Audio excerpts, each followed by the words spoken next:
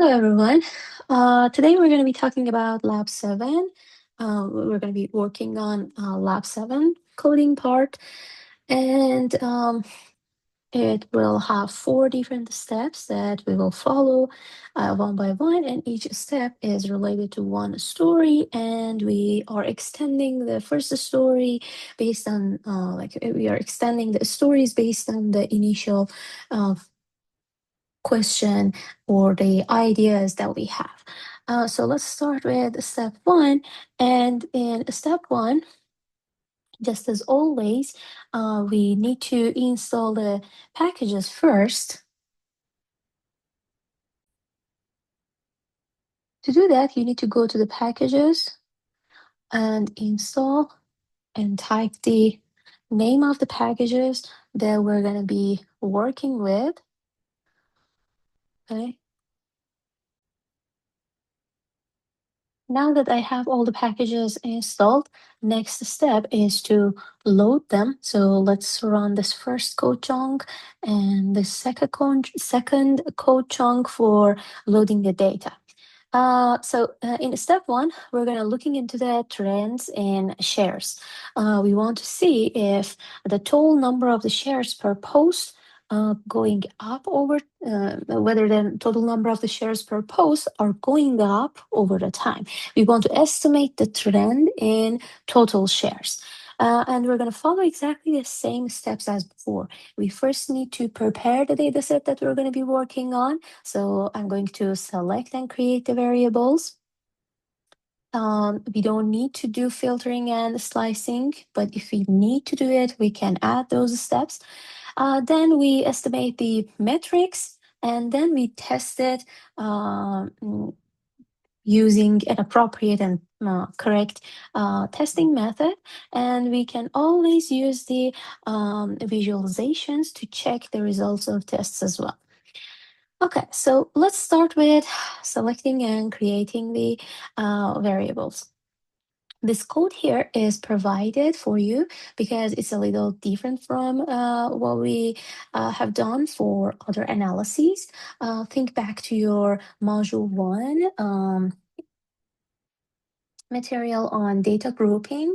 Our goals in this code chunk are to remove the missing values of shares, create a variable that contains the total shares per month, and collapse our data down to one observation per month.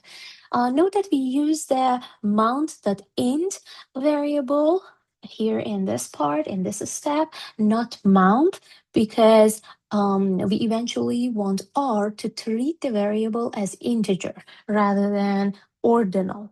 Okay, so the month variable is ordinal, but month.int is integer, and that is what we need.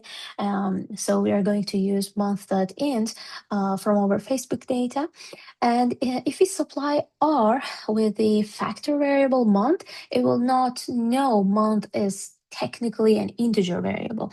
And we're going to have to convert it into an integer. So now that we already have month.int, we're going to use that variable. Run the code to see what it does. Double click on the object shares time series that is going to be created over here in the environment to see the entire data frame. If you double click it, you will see the entire data frame over here. Recall you only have 1 year of data, so there are only 12 observations in the data frame. If we had more than 1 year, we would have, for example, 12 months for example, 2020, 12 months repeated for 2021, and like how many years that we have, those 12 months would be repeated. But right now we only have just 1 year in the data, and it is so related only, so the data it includes only 12 months. Okay, so the line here, this sum as numeric shares, this part tries to convert your shares column to numeric, but R found some values in shares that aren't numbers. Maybe text like NA, missing, or maybe a dash, a dollar sign, in some cases, not in this one for the shares. Um, so these other values except numbers could be determined by this code. So na.rm is gonna just remove that part. Um, and true means that when R can't convert something like that to a number, like NA, like missing, or dash, or a space, or whatever, when it cannot be converted into a number, it replaces it with NA and shows this message. NAs introduced, if I click here, you will see NAs introduced by coercion. So it is safe to ignore this warning. However, if you want, you can check further with the following code chunks. For example, we can just add a new code chunk here.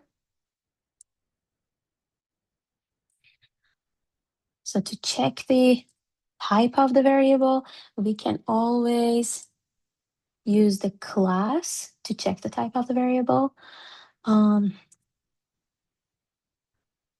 If I run it, you will see that the shares variable is a character. Another way is just to go to Facebook data set and find the shares variable, and you will see the CHR typed in front of it, which means the same thing, which means that the shares variable in the Facebook data set is a character. To show all the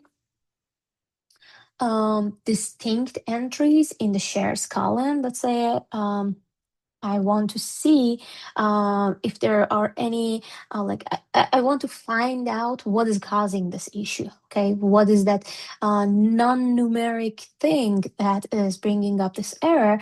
To do that, I can just print out all the unique values inside the data set. So this is hard to see, hard to use when you have large data sets. So I wouldn't recommend this to use all the time. But this time, for the purpose of education, I'm just showing how that information could be. See, here we have an n dash n/a, and this is exactly what causes this introduced these NAs introduced coercion in our warning. Okay, so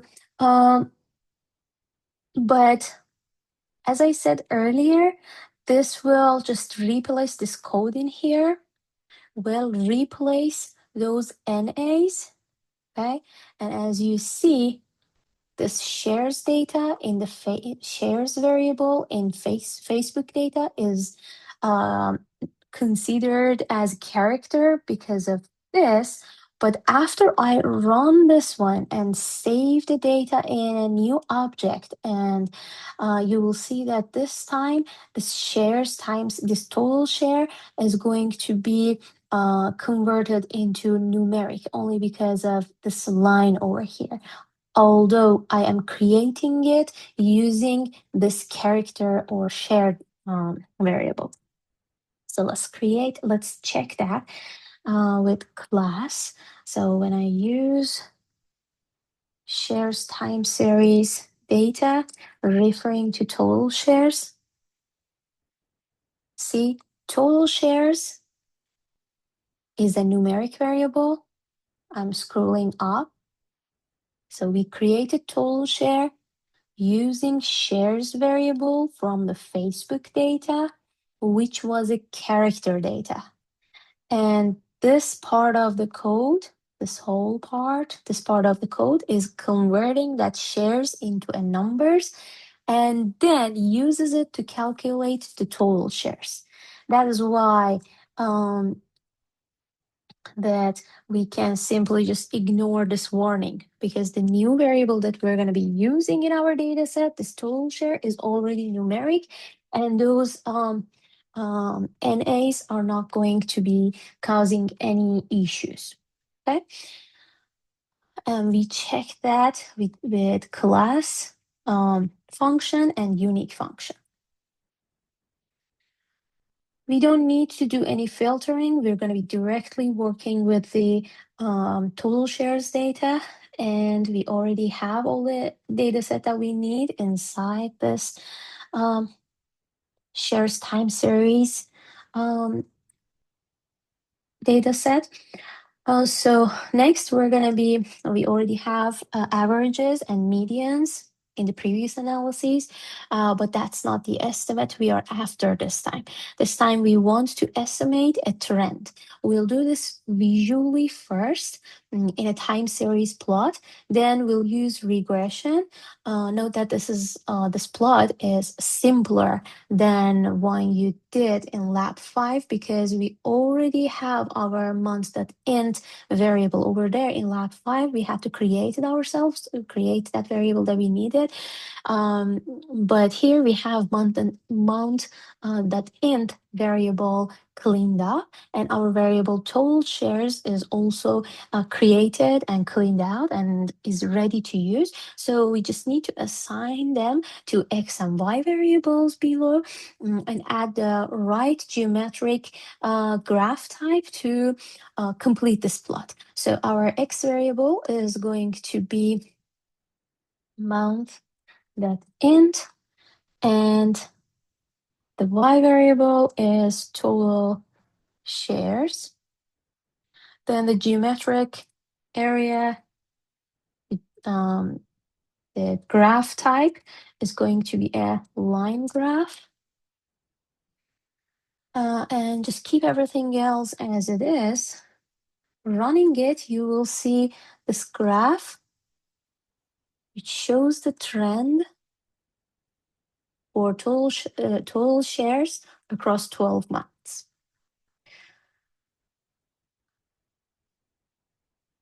We earlier talked about the regression lines. Now we want to add a code below to estimate a regression. So we're going to write a sentence to interpret the slope coefficient after that in the context of this analysis. What does it tell you about the trend in total shares? So we're going to be discussing about it. So let's run the regression. To run a regression, we use this lm command, and we are going to use total shares variable tilde and month int, which are in the data set shares time series. If you run it, you will see this coefficient that shows the relationship between month and total shares. In other words, there is a positive trend, an increasing trend in the total shares across the time. But we need to check it statistically. So to do that, we need to run a test that gives us test the statistic and p-values, so we can see if this amount is actually significant or is close enough to zero. Okay, so that's what we are going to do. Now we need to know whether that trend is statistically significantly different from zero. So here we add a code chunk and we're going to use our study guide to run the test. Remember, your summarized series is called shares time series, and your date variable is month that end. So we're going to have a new object created. I'm going to call it reg share month, and I'm going to just assign this whole thing to this new um this new object, and then I'm gonna use summary command. This is different than the summarize that we used earlier. With summary command, I'm gonna ask R to print out the results of this regression that I have already stored in this in reg share month object. And if I run it, when I run this code chunk, you will see that a new object is created in the environment. It is called reg share month, and then we will see the result of this regression being printed out below it. So here is the information that is going to help us to analyze the relationship between total share and month end, or check the trend in the total shares. So the estimated regression equation is total share equal to this number as the intercept, 17,0. So let me write out that regression equation. So this is what we estimated. Total shares equal to 1702.74 plus the coefficient of the trend is 2713 times month int. And this is what we estimated. Okay. So how do we interpret this result? Or what does the p-value for your estimated slope tell you here? This one, about the precision of, and what you think about the precision of your trend. So we need to write out some interpretation over here. The intercept means that at month 0, before the start of this year, the expected total number of shares would be about 1,703.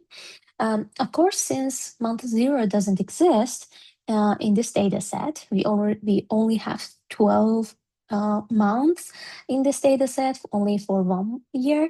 This mainly serves as a baseline reference. So we start the year with this total share. And slope 27.13 represents the estimated change in total shares per month. That is an average. The total number of shares increases by about 27 shares each month. So statistically, we can look at the p-value over here. The p-value for month that end is 0.486, which is much greater than 5% significance level. And this means we fail to reject the null hypothesis that slope is 0. In other words, the observed upward trend, 27.13, more shares per month, is not statistically significant. It could easily be due to a random variation rather than a real increase over time. And from the practical perspective or business perspective, we can interpret it from a business standpoint as well, that the data do not provide strong evidence that total shares per post are trending upward over the months. We are not using numbers here. We are not using statistical jargon like p-value, t-statistics, or anything else. We simply just explain what is happening. We say that the data do not provide strong evidence that total shares per post are trending upward over the months. Although the line plot shows a small upward slope, this pattern is not statistically reliable. The variation month to month is large enough that we can't confidently say sharing activity is increasing. If the company wants to confirm whether there is a genuine trend, it would help to gather more data over multiple years.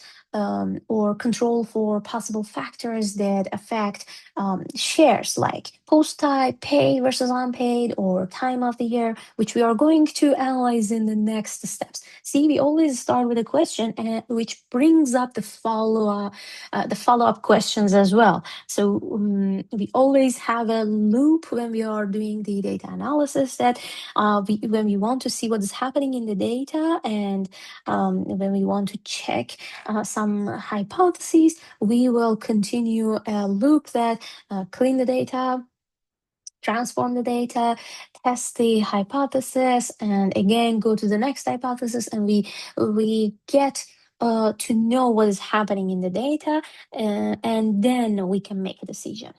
Okay, so in summary, in this step one, the estimated slope of 27.13 suggests a small upward trend in total shares per month, but based on the p-value, this trend is not statistically significant. It is not different from zero, meaning there is no strong evidence that sharing activity is increasing over time.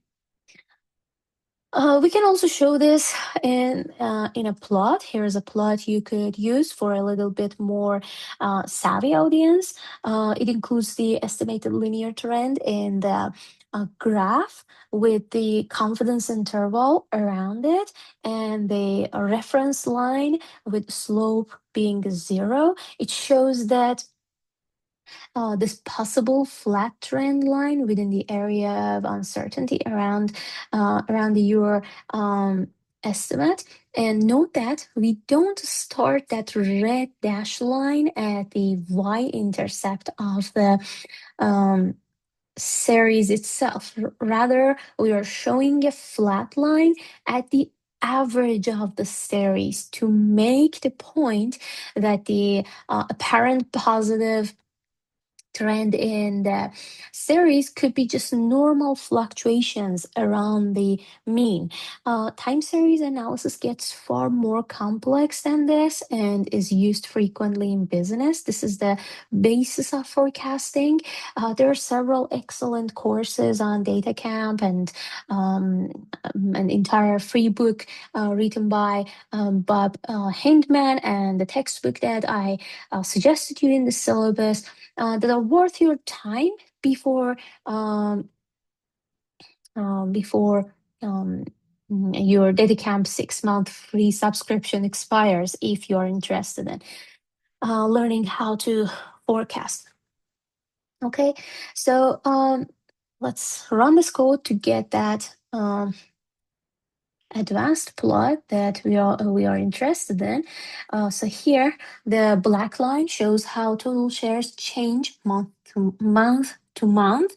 The blue line represents the estimated trend, the regression line, and the gray shaded area shows the 95% confidence interval. All of that is defined in the in this code. Okay, we asked to include that regression line here and what color that this dotted line should be. So the blue line represents the estimated trend. Gray area shows the 95% confidence interval around that trend. It means that we are 95% confident the true trend line lies somewhere in that shaded zone. So the red dashed line represents a no trend scenario, a flat line at the average level of total shares throughout the mean, because the red dashed line or flat trend falls completely inside the gray confidence band. We can conclude that the positive slope is not statistically significant. It's entirely plausible that the total shares are simply fluctuating around the mean, this this red dotted line, the average amount, rather than just truly increasing over time. Although we see a small increasing trend in the blue line, but it is actually uh, a random fluctuation around the average of this time series data set. In summary, the blue line shows a small upward trend in total shares, but since the red dashed average line lies within the confidence interval in that gray area, gray shaded area, this increase is not statistically meaningful, and the fluctuations likely reflect a normal month to month variation rather than a real upward trend. Okay, next we're gonna go to the files and go to step 2. And step 2, make sure to run the first code chunks. And this time we're gonna look at the association between comments and shares, two continuous variables. Both comments and shares seem to happen infrequently relative to likes. Do the same posts that generate a lot of comments also generate a lot of shares? This is what we are going to analyze this time. And just as always, we first need to prepare the data set. So we're gonna just select the variables that we need.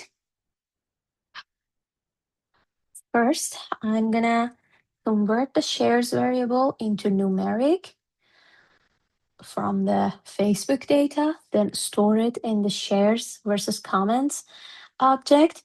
Then I'm going to just save that shares and comments. Running this is going to give me a similar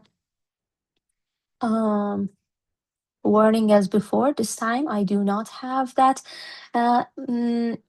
NA true part of the command. So if I want to remove those NA values, I can run this command and it will remove all of those missing values.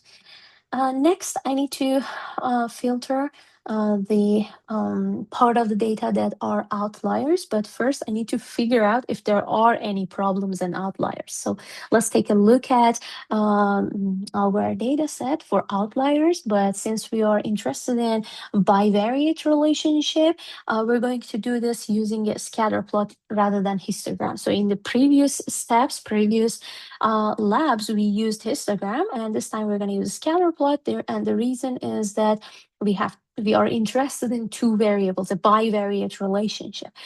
So finish the code chunk below to put shares on the x-axis and comments on the y-axis and produce a scatter plot. So the x-axis is going to be shares and y-axis is going to be comments.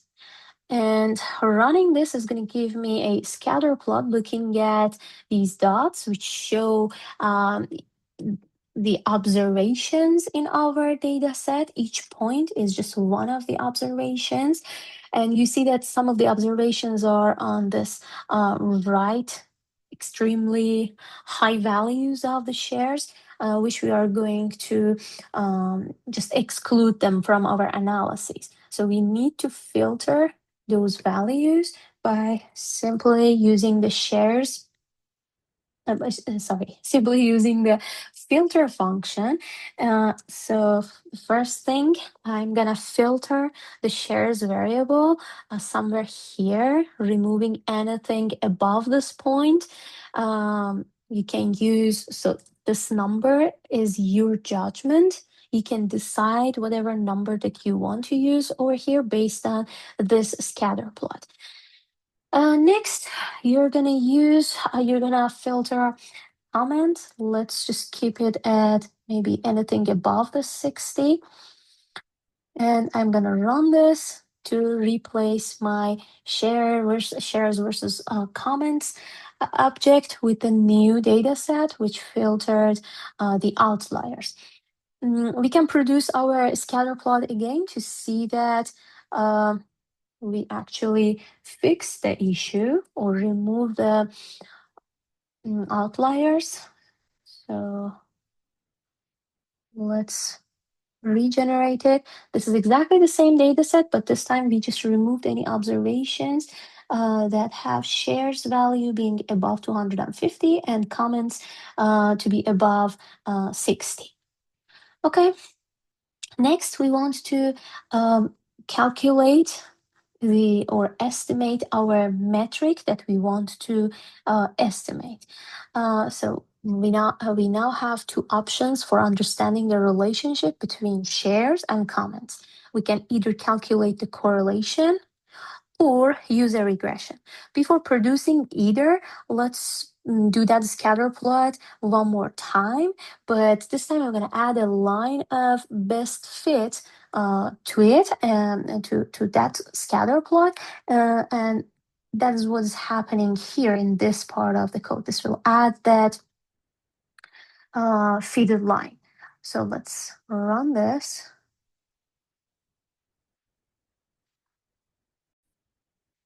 Sorry, I forgot to add the names of the variables, shares, and comments.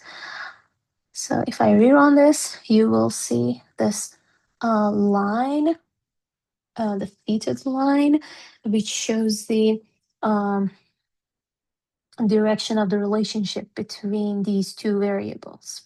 Okay. Based on this plot, what do you expect to get for your correlation? What about your regression? Write out those expectations below. So I want to add a.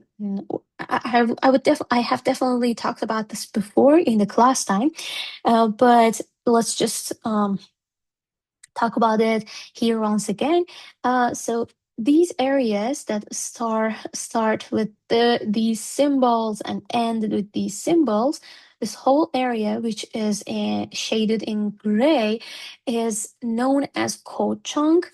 And this is created only for the purpose of talking to the R in the R language. Okay, so I cannot simply type sentences in human language. For example, this question is asking us to write down our expectations. So I cannot say that expected correlation is 0 or expected regression slope is 0. I cannot simply just type like this because these are human language, not our language. So if you want R to ignore my sentences over here, but still I have these sentences, I can add a pound sign or hash sign at the beginning of the sentence. If I have more than one line of that type of the comment, we usually call them as comments in this language, this R language or programming languages. In our environment, we use this pound sign or hash sign at the beginning of each and every line of comment to comment them out. See, if I had no hash signs and running this is going to give me an error saying that I don't like right now with this error, R is telling me that what are you talking about? I don't understand your language. But when I add these symbols at the beginning of these lines, running this is going to just remove that warning, because when R gets to this symbol, stops reading the rest, because R knows that the rest of it, the rest of that line is something that is not related to the R. You see what I mean?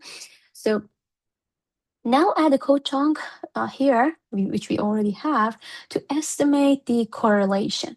Does it match your expectations? So the code chunk that we're gonna use to calculate the correlation between those two variables is core command, and we're gonna use base syntax, base R syntax to refer to the variables. shares versus comments, and the second variable is comments. Running this is going to give us the um,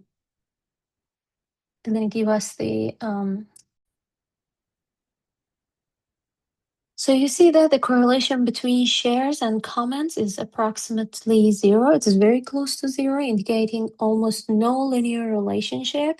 The regression slope, if I just estimated, we can see the regression slope as well. So let's just do that this time. We want to add a chunk here to estimate the slope using regression. To create code chunk on Mac, you can use Command Option I on your keyboard. You can type all three at the same time, Command Option I, and on the Windows you can use Alt Control I. So Alt Control I on your keyboard in Windows, Command Option I on the Mac systems. Then you can start typing the codes, and we want to estimate the linear regression. So we're going to use this LM function. The formula that we want to have is comments tilde shares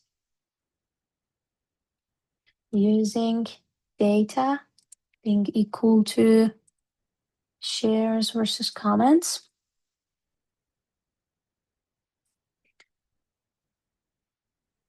If you run this, you will see the coefficient over here.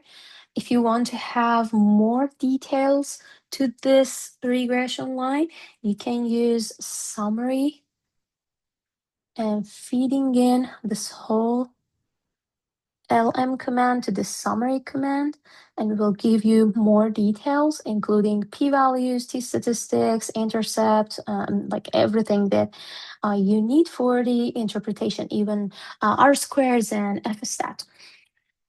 So there's another way to show this result, but we're going to need another package. This is going to be exactly the same result, but it will print out the results a bit more cleaner here. And that is when we use tidy command from the broom package. If you run it, you will see all the same information here. That's exactly the same information over here, but in the form of a table. Okay, if you want to just see a little bit more clean print of the results, you can use broom command, broom package, and tidy command from the broom package to print that out. Okay, let's talk about this regression coefficient and this correlation that we calculated. Based on these results, the correlation between shares and comments is approximately zero. It was negative 0.009. This is very close to zero, indicating almost no linear relationship. And the regression slope, which is negative 0.003, is also very small and not statistically significant. If you look at this p-value over here, it is not statistically significant. This means that the posts receiving more shares do not necessarily receive more comments. The two engagement metrics appear to be independent. The intercept 18.1 represents the expected number of comments when a post has 0 shares. Overall, both the correlation and regression confirm our visual expectation that the relationship between shares and comments is weak and negligible. So in practical terms, we can also describe this information about the relationship of shares and comments in practical terms and in the business for the business purposes. And this suggests that encouraging users to share posts does not appear to increase the number of comments. These behaviors likely reflect different types of engagement. Okay, so next we want to test the correlation. We tested the regression over here with this p-value and this regression analysis. Let's see how we can test the correlation. We're going to follow the same steps as before. First, we need to define and describe the statistical story that we want to work. We want to examine the direction, positive or negative, of linear relationship between shares and comments variables. We want to know whether posts that get more or less shares also tend to get more or less comments. In other words, is there a positive or negative correlation between shares and comments? This is something that we want to test. And what have we estimated? And based on this estimate alone, um, what is our conclusion for the business? So we estimated the linear regression line to see the overall trend in the data. The correlation coefficient, which was very close to zero, suggests virtually no linear relationship between shares and comments. For the business, this means that posts generating a lot of shares don't necessarily get more comments. These two forms of engagement seem unrelated. Which test should we run here? We'll run a correlation significance test. We're going to use Pearson's R test to check whether the correlation is statistically different from zero. Now, for that, we're going to use this code over here for the test. And then we're going to feed in the variables using base R syntax, shares, and comments variable. We're going to use Pearson method. If you run it, you will see that the p-value is 0.8384. What is the statistical interpretation of it? The correlation coefficient is really very close to zero, is negative 0.009, and the p-value being 0.8384, which is greater than 5% significance level. Therefore, we fail to reject the null hypothesis. Never say we approve or we accept. We always use this language. Either we reject or we fail to reject, because it is based on the evidence that we have, based on the data set that we have. We discussed about this earlier, that there might be different examples, different samples with different results, but with current evidence that we have, we fail to reject the null hypothesis that the true correlation between shares and comments is zero. So we fail to reject that relationship being zero. The 95% confidence interval, which is here, includes zero. So if you look at the lower bound and upper bound, you will see that it includes the zero, confirming that the true correlation could be slightly negative. Although it could be slightly negative or slightly positive, or even exactly zero, meaning that no statistically significant linear relationship exists between the two variables. And how this information could be said in practical sense for the business people. So from a business perspective, this means that posts with more shares don't necessarily receive more comments. Sharing and commenting appears to represent different types of audience engagement. One reflects content amplification, while the other reflects conversation or interaction. So, in practical terms, the company cannot rely on boosting shares to increase comments. Separate strategies may be needed to drive each engagement metric. If we want to focus on shares or comments for either of them, we need to have a different strategy. Okay, so in the next step, let's use the regression once again to test the results that we got for this part, for the correlation part. And the assignment is asking us to write out the hypothesis testing steps below for your regression estimate. As I said earlier, when I want to add a comment over here, or I want to add a text over here that is not the language of R, I should always start with a hash sign or pound sign. And my hypotheses.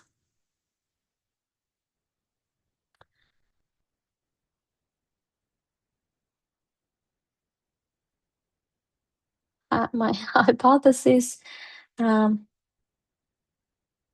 setup for regression test is going to be like this. So my null hypothesis is that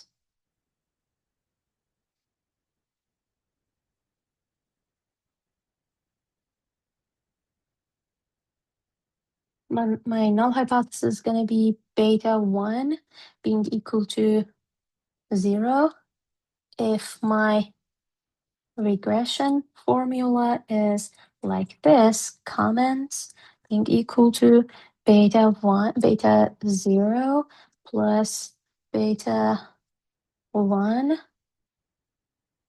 times shares. Then we are testing if beta 1 is equal to 0, or in other words, whether the slope is equal to 0. We can also say there is no linear relationship between shares and comments. And the alternative hypothesis is going to be beta 1. There is an important point over here in the R language or any programming languages when you want to say that something is not equal to something else, we use this exclamation mark and this equal sign. Both of these together mean that there is the two sides, right and left, are not equal to each other. I have also shared a document including most of these, all of these operations in our language on our course in the on Canvas. Make sure just to check that. Okay, so we want to say that beta 1 is not equal to 0. Slope is not equal to 0. These are all exactly same thing. I'm just putting it in different words. Beta 1 not equal to 0, it is exactly the same as this. Slope is not equal to 0. So I'm using different language over here. And there is a statistically significant linear relationship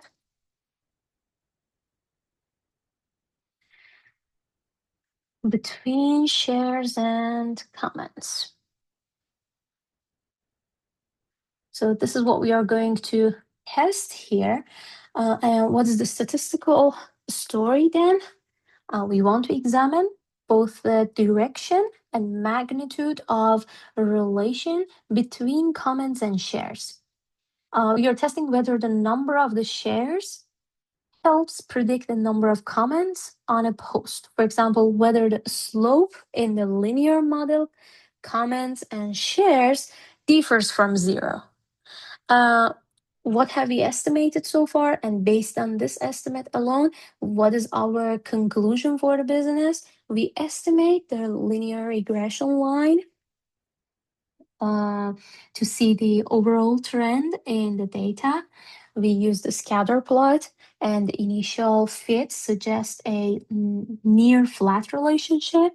And the business takeaway from that was that pre-test, before we do the next step, before we do the statistical test, the business takeaway is that more shares likely do not translate into more comments, but we need to statistically test this.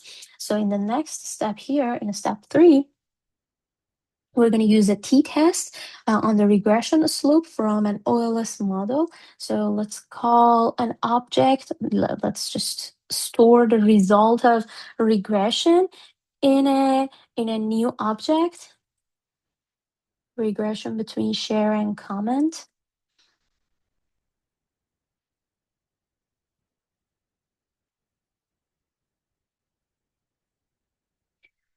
And I'm going to just type this comment shares formula from the data of shares versus comments. And then I'm going to ask summary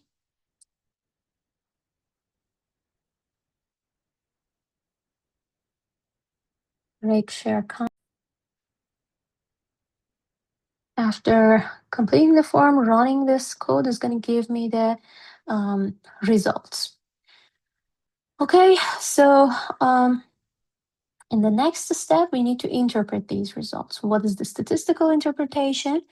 The slope coefficient for shares, or beta 1, this one, this is the beta 1, or the slope, has a p-value of 0.838, which is much greater than 5% significance level. Therefore, we fail to reject the null hypothesis that the slope equals to 0. We fail to reject that the slope is 0.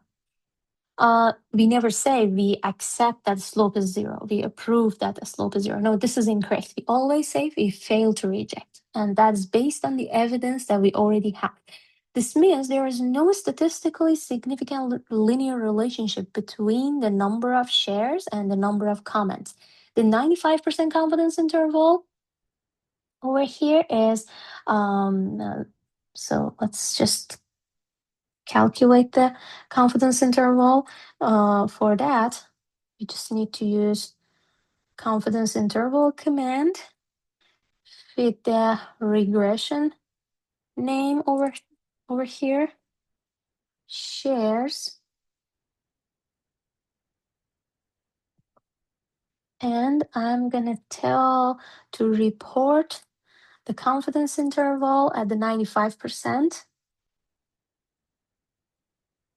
So this confidence interval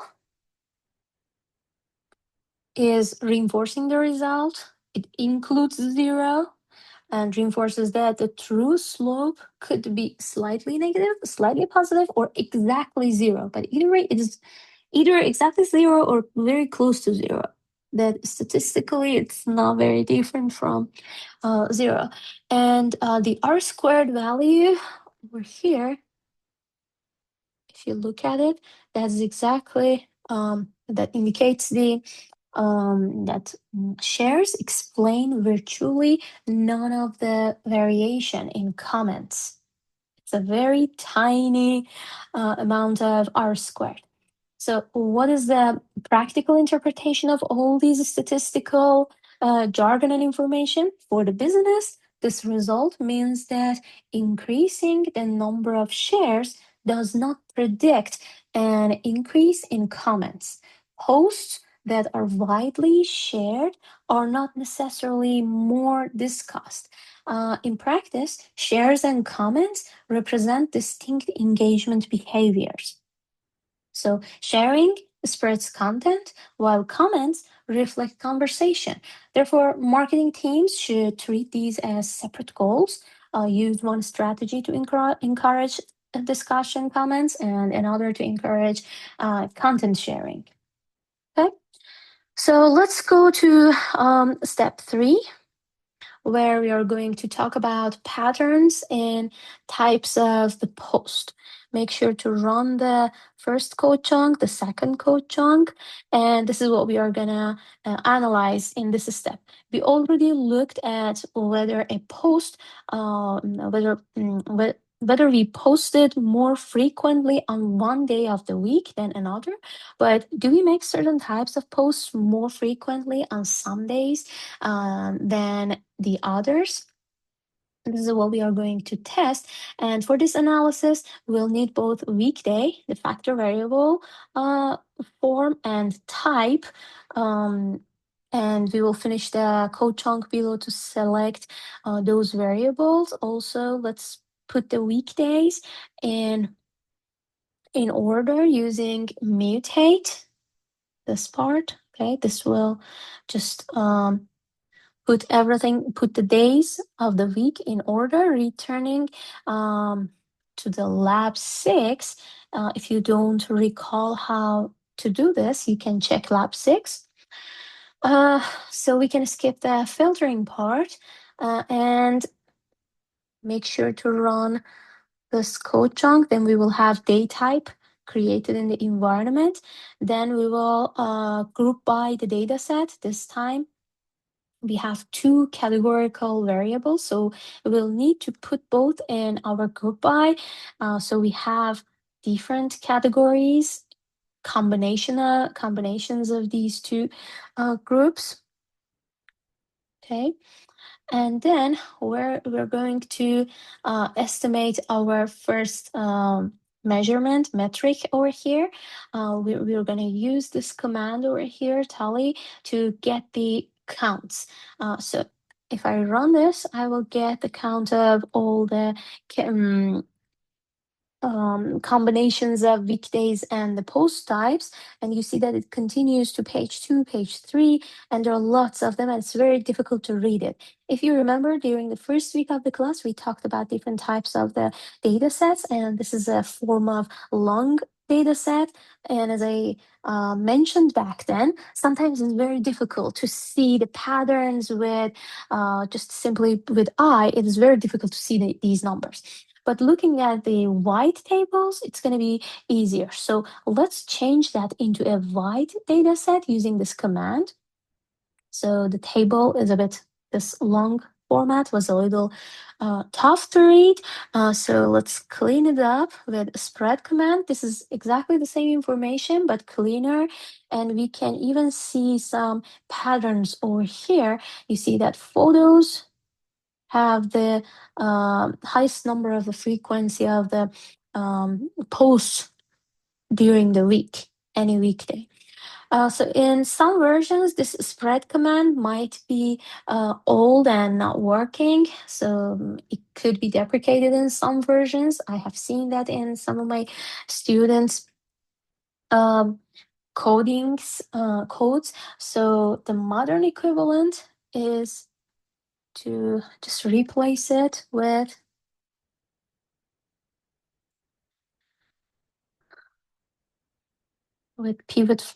pivot wider.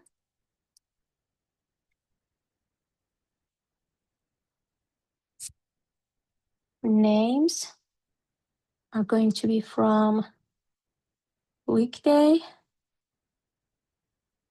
and values are going to be the count of total number of the um, observations. And this is the modern equivalent to spread, which widens the long data. It spreads the weekday columns, unique values into new column names. And one column per weekday is going to just be in my table, filling in counts as their values. And the result is going to be exactly the same thing, but with a different command. So similar things during your real world work might happen. And if you want, like if you are looking for a solution, you can always just Google it. Also, AI can help you. You can ask AI that what is the replacement for one of these codes, modern replacements, modern equivalents. So just in case, if that happens in the future, and not in the class. So in the classroom, you can always reach out to your professor, asking them for the help, just like what we do in this class. But in the real world, when you are doing data analysis, you might face such issues, and that is totally normal. Just to go and search for it, okay? Because these codes sometimes change. To make the codes behind them to be consistent. Okay. So next, we're going to have a visual summary of this information in the stacked bar. Here we talked that photos seem to be the highest frequency, and we can repeat that. We can show that with a stacked bar over here.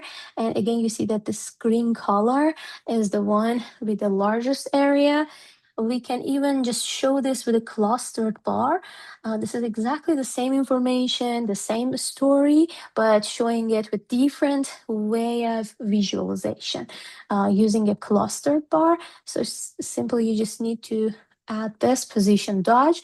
It will give you this cluster bar, and this one will give you stacked bar. Okay, next we want to test this hypothesis that we have in mind, or this expectation that photos have the highest frequency. So let's check that. So our hypothesis, or our statistical story, is that we want to examine the relationship between two categorical variables. We want to determine whether the type of Facebook post, photos, status, link, video, depend on the day of the week it is posted. So in other words, do we post certain types of content more frequently on specific days? So we are going to test whether this high amount of the posts, high amount of, or most frequency, largest frequency of photo posts is actually significantly different from the number of the posts of link, status, and type. If I want to write this in the form of null hypothesis and alternative hypothesis, I can say that my null hypothesis is that post type and weekday are independent, or in other words, the distribution of post types is independent of weekday. And the alternative hypothesis is that post type and weekday are not independent from each other. Or in other words, the distribution of post types depends on the weekday. There is a relationship between the type of Facebook post and the day of the week it is posted. This is what we are going to test here. And what have we estimated? And based on this estimation alone, what is our conclusion for the business? We created clustered bar charts. The distribution of post types remains consistent throughout the week. So there is no significant change in the types of the posts, and that we used from one day to the next. And to test this hypothesis, we're going to use the chi-square test. And we're going to use table command. The data set that we created was day type. The variable name is weekday. The other variable that we want to test the relationship with is the post type. Running this is going to give us the x squared, no, sorry, chi-squared value and the p-value. So what is the statistical interpretation of this? The chi-squared statistics is 17.13 with 18 degrees of freedom. And the p-value is equal to 0.514, which is much greater than common significance level, 5%, 1%, 10%. Therefore, we fail to reject the null hypothesis. Statistically, this means there is no evidence of a relationship between weekday and type. The variation in post post types across days could easily occur by random chance. And from a business perspective, business standpoint, this means that the type of post doesn't depend on the day of the week. The company posts a similar mix of photos, status, updates, links, and videos on all days. In practical terms, the team is consistent in posting behavior. There's no clear scheduling pattern favoring certain content types on specific days. If engagement varies by weekday, it's likely due to audience behavior rather than posting type. If the business's goal is to optimize content distribution to match audience activity patterns. This result suggests there is currently no differentiation. The company could consider analyzing engagement metrics like comments, shares, and likes themselves to identify whether certain post types perform better on specific days and then adjust their posting strategy accordingly.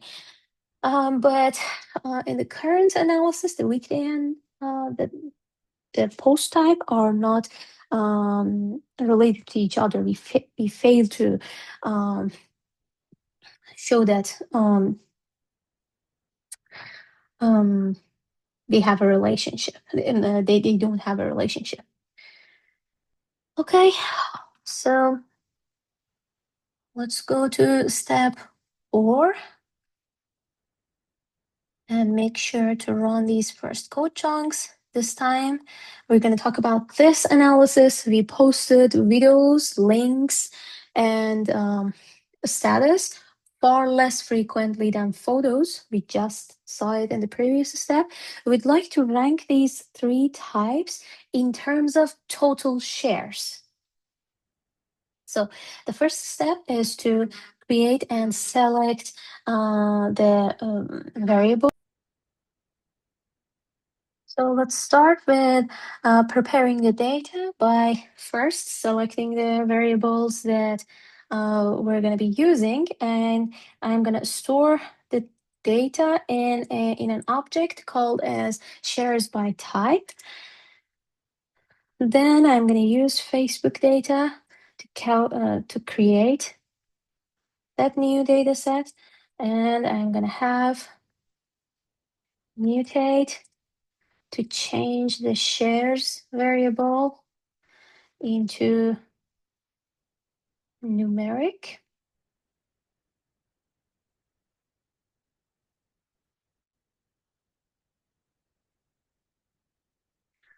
And then I'm going to select type variable and this newly created numeric shares variable.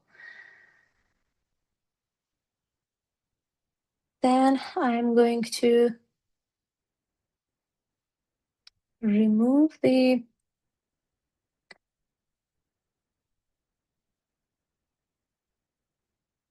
missing observations by this na.emit. Then we're going to have um, we don't want to include photos in this analysis because there were far more of those posts than the other three types. So in this code chunk, we're gonna just take care of that. We use the drop levels to tell R to get rid of that category altogether. So we're gonna just keep any other category except photo. And earlier we checked that there are outliers in the shares variable, so I'm going to use the same um, filtering option here. And running this is going to just regenerate this shares by type data set based on these filters and emitting photo category and the outliers, just to make sure that everything looks fine. We can just create this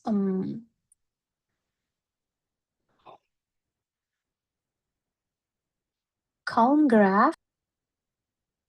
So this histogram is going to show the remaining types of the post, the distribution of remaining types of the post. We do not have the outliers anymore.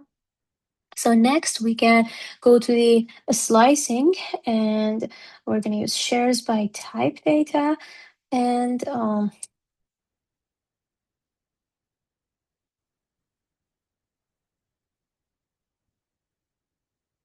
we're going to group it by the type, the post types.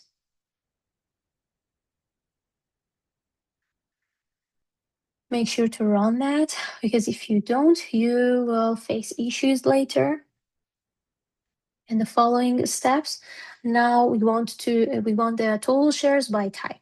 So we don't want to count posts. We want to add up all of the shares across all posts by type of the post. So here in this code chunk, we're going to do this and assign the totals to new variables called total shares. So I'm going to have total.shares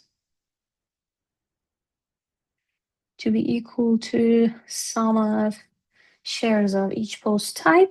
And this arrange part is going to do what we did previously in Excel and Tableau, which actually just sorted the observations. It's going to do exactly the same thing. See, when we have this negative sign over here, we will have it from the largest to the smallest. Let's try it without that. You will see that it will change from smallest to the largest. But one more thing that we learned in data camp was to use this descending command is exactly the same as what the negative sign is doing. So let's keep that negative sign.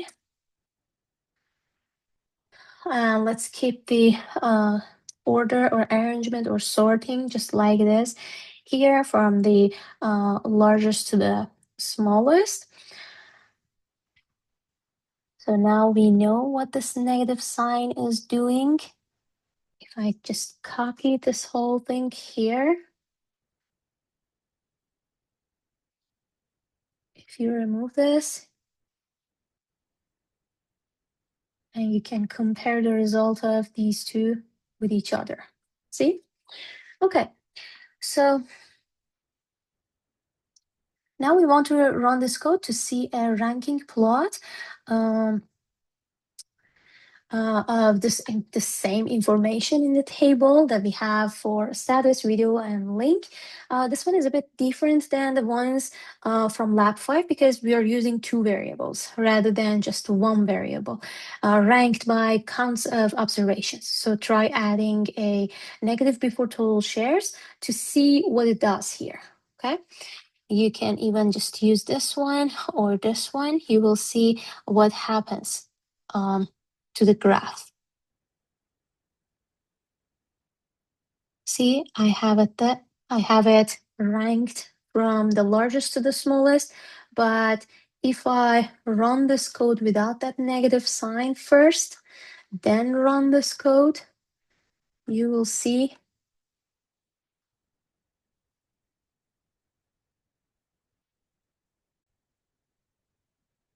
Okay, so here, yeah, if I have this negative sign over here after running this code is gonna just sort it from the smallest to the largest, but removing this negative sign here is gonna reorder it from the largest value to the smallest value.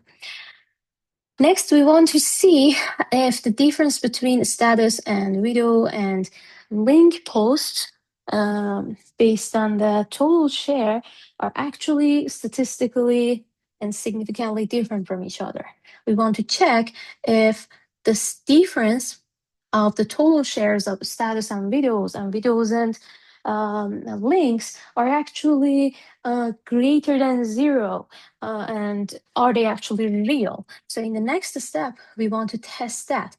To run our test, we need to produce our table one more time and store it in an object. So let's do this here in this code chunk. And let's call this as ranking table. Let's run this. So what is the statistical story we are telling here? The statistical story we are trying to tell is about which type of post generates the most engagement in terms of total shares. What have we estimated and what do we think this estimation means? I have already provided the answer for that one. We have estimated counts of shares by type of post. Based on these estimates, it looks like status posts produce the highest number of the shares, but we need to test that statistically. And for that, we're going to use the chi-square test, see if that difference between the rankings and the total shares are statistically significant. But before interpretation, pause the video and try to answer to this question. If instead we had estimated average shares by post and ranked based on the average, what test would have been appropriate? So ANOVA, or the analysis of variance test, would be more appropriate to compare the mean number of shares across the different post types. ANOVA would allow us to test if there are statistically significant differences in the average numbers of shares among the post types. But here, for the total shares, for the counting of the number of the posts, or total number of the shares, we are using chi-square. So what is the statistical interpretation of this result that we got for the ranking? The p-value is less than 0.05 or 5% significance level. It would suggest that there is a significant difference in the total shares across the post types. So we can reject the null hypothesis. And what is the practical interpretation? This would indicate that there is a statistically significant difference in the total number of the shares across the post types. So the business should consider focusing more on the type of the post that has significantly higher shares, as it likely engages the audience more effectively. How is this test? How is the test you ran above answering a different question than the test in the chunk below? Let me copy this this part of the code exactly next to this, so you can see both of them side by side. What is the difference between these two? What is the first one is doing? What is the second one is doing? So pause the recording for a bit and try to think about it before I give away the answer and explanation. So the two tests are asking different questions. This one that I have highlighted in line 126, this test checks how total shares are distributed across post types. It tells us whether some post types, like photos or videos, get more total shares than others. In other words, which kinds of posts perform better in terms of how much people share them. Second test, or this one, um, this chi-square test, and line 123, this one checks how many posts of each type were made, regardless of how many shares they got. It tells us whether the company posts each type, like photo, status, link, video, equally often, or if they post certain types more frequently. This is what we see in the results of this one. Okay, so we are done with lab 7. As the submission, you need to just need your work in steps 1, 2, 3, 4 into the PDF. If I run the need to PDF here, it will only need whatever that I've got in step 4. But I need everything together, all the steps together. So I need to go to the master file, change your name over here. And then knit it into the PDF. If you get any errors here, it will give you enough information to find and check and fix it. For example,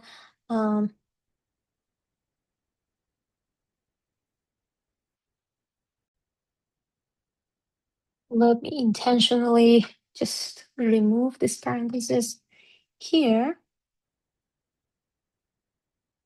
And let me go back to the master file. If I knit it into the PDF,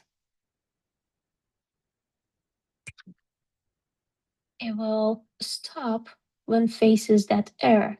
So it will give me the location of the error where this master knitting into the PDF in the master file has been stopped. So I need to go to step 4 RMD file, find line 110 through 112.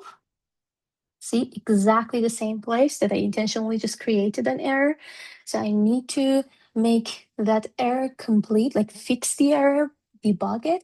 Then I need to go back to master file, knit it into PDF again.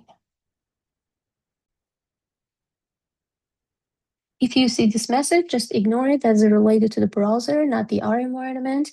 So click on cancel. And when you see this message, output created, it means that master.pdf has been created, and this is what you are going to download. Okay, let's rename it into lab 7 and my name.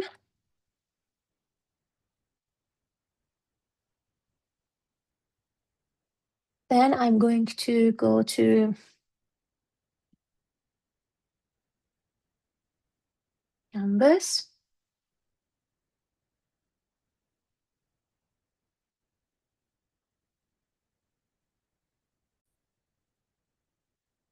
Go to lab 7 and then start the assignment. Then drag this file into this area. Give it a couple seconds until it uploads, and then submit the assignment. Okay, if you have any questions, just shoot me an email, and good luck.